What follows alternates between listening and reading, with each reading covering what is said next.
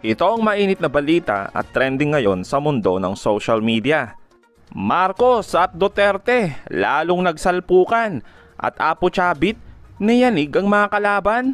Ano nga bang dahilan? Well, let's find out.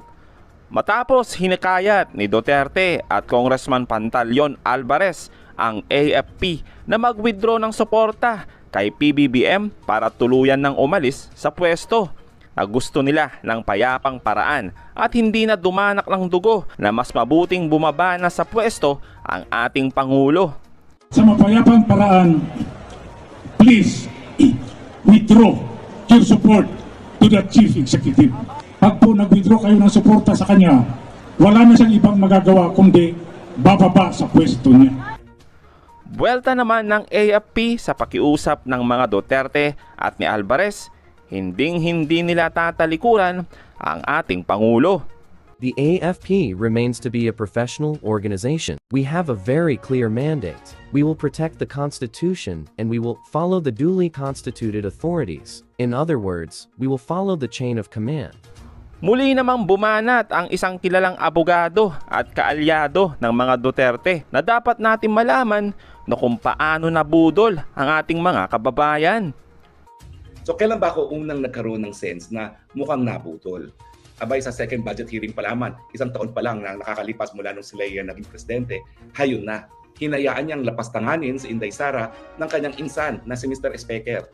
Amantakin ninyo, sinuportahan ang budget ni BP hanggang huli, inapprove sa plenaryo, tapos biglang nag-iba ng tono at pinatanggal ang kanyang ilang mga pondo.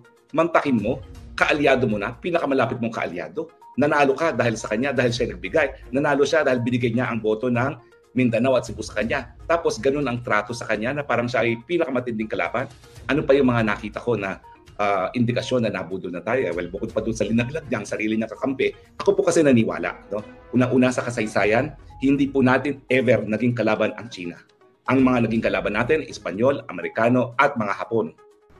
Niyanig naman ni Apo Chabit Singson ang mga gumugulo sa administrasyon ni Pangulong Marcos.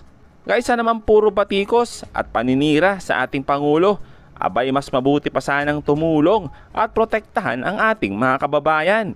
Itigil na muna ang pamumulitika at hintay na lamang ang eleksyon at maghintay ng tamang panahon. Matatandaan na kaibigan ni Apo Chabit ang Marcos at Duterte. Pero sa panahon ngayon, mas nananaig ang katapatan niya kung sino ang tama para sa ating bayan. Kaugnay naman sa naging pahayag ni Robin Padilla tungkol sa bakit pa tayo humihingi ng tulong sa Amerika at Japan, abay narito at may matinding kasagutan ang isa pang senador. I agree in perhaps most if not all of the moves of our president. Wala tayong makuhang malinaw at matapat na posisyon mula sa bansang China when it comes to these talks, these issues, and we can see with our very eyes how they are bullying our ships. Imagine that idea of removing our Sierra Madre doon sa ating sariling teritoryo, yung pagpasok nila, labas-masok nila sa ating exclusive economic zone, labas-masok nila sa ating teritoryo na hindi ito pinagtatalunan kung kanino.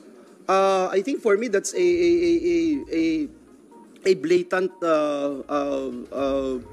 show of bullying sa ating maliit na bansang Pilipinas. Kung kaya't wala tayong ibang choice kung hindi pumunta at magsumbong sa ating mga kaibigan, sa mga higanting malalaking bansa gaya ng China.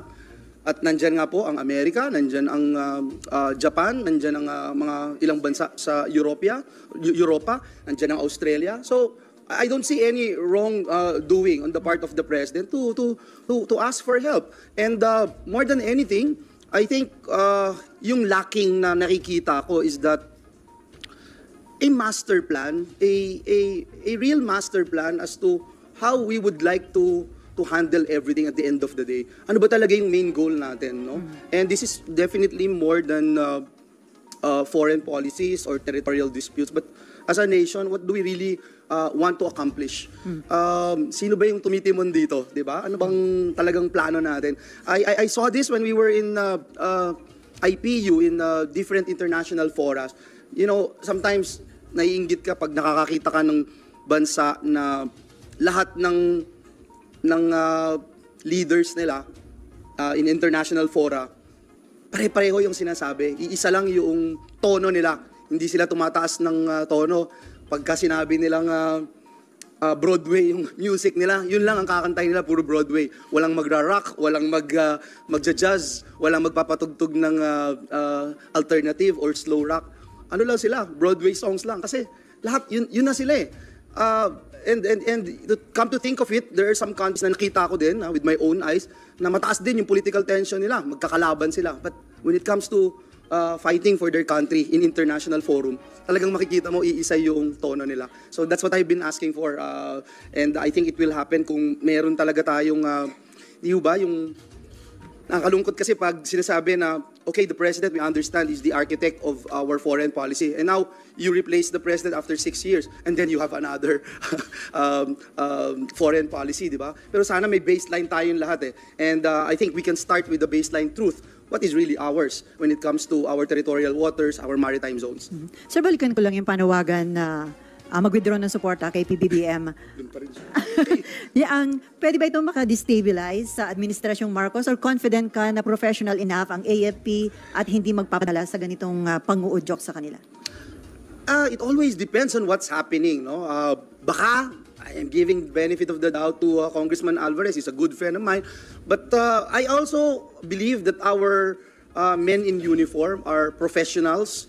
AFP is a professional organization and they know their purpose. They know why they are here and ano yung trabaho nila at yung loyalty nila syempre sa taong bayan at dahil full ang suporta ng taong bayan sa ating Pangulo, nandun din yung suporta nila as mentioned by the AFP Chief of Staff. So I believe in our military, I believe in our government. And I would just say na still maraming challenges, no? And maraming institutions ang tinatry ngayon, maraming agencies, departments of government, tinatry kung gaano sila kagaling, kung gaano sila effective as a government institution, a government agency, a department in the government. But mas tiwala ako sa AFP kaysa dun sa ilang ahensya ng pamahalaan na ngayon ay sinusubok. Sir, welcome po sa inyo yung nangyari na naval or maritime activities between the Philippines, US, China, Japan and Australia. Tapos nasundan yun ng trilateral meeting. Ngayon, meron din pong plano na expand yung balikatan exercise. Isama na doon sa balikatan exercise ang Japan. Yeah. Yan po ba yung magandang development, sir? I believe so. I believe so. I agree. And yes, I am in full support on that particular initiative as provided in the joint statement of the defense chiefs ng Pilipinas, ng Japan, US, and Australia. Yung inilabas po nilang joint statement, nakalagay po doon that the joint naval and air drills will strengthen the interoperability of our defense doctrines. It will strengthen our tactics, techniques, and procedures.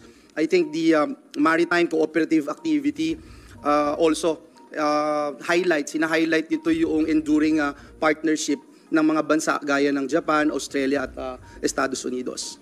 Sir, kailangan ba ng treaty kapag isinama na sa balikatan exercise ang Japan or no need? I don't think yung meron pa lang yung reciprocal access na pending na sa atin 'yon, no? Ayun, ninenegotiate pa and then it will go to the Senate. Remember I mentioned that before during the time when Kishida came here, the Prime Minister, and he even asked for it na kung po pwede na. So nag-start na sila. It's just that the ball is still in the hands of DFA, if I'm not mistaken. Okay. So yun, we support that. We support that reciprocal access agreement. Pero hindi kaya makaprovoke ito sa China, sir? No, kasi we are enhancing our defense system. We are preparing ourselves to any eventuality. I think it's important. Parang pag nagkaroon ka ng sasakyan, di ba tinetest drive mo? Kung meron kang bahay na naglagay ka ng security features, tinetest mo yung security features sa loob ng bahay mo to make sure na it works. Kasi Ginastosan mo to, binibigyan mo, kinakapacitate mo yung military mo para matuto sila at gumamit ng mga makabagong equipment, armas, etc. So you have to practice it. You have to know na it works and it's your strategies, your system is actually working.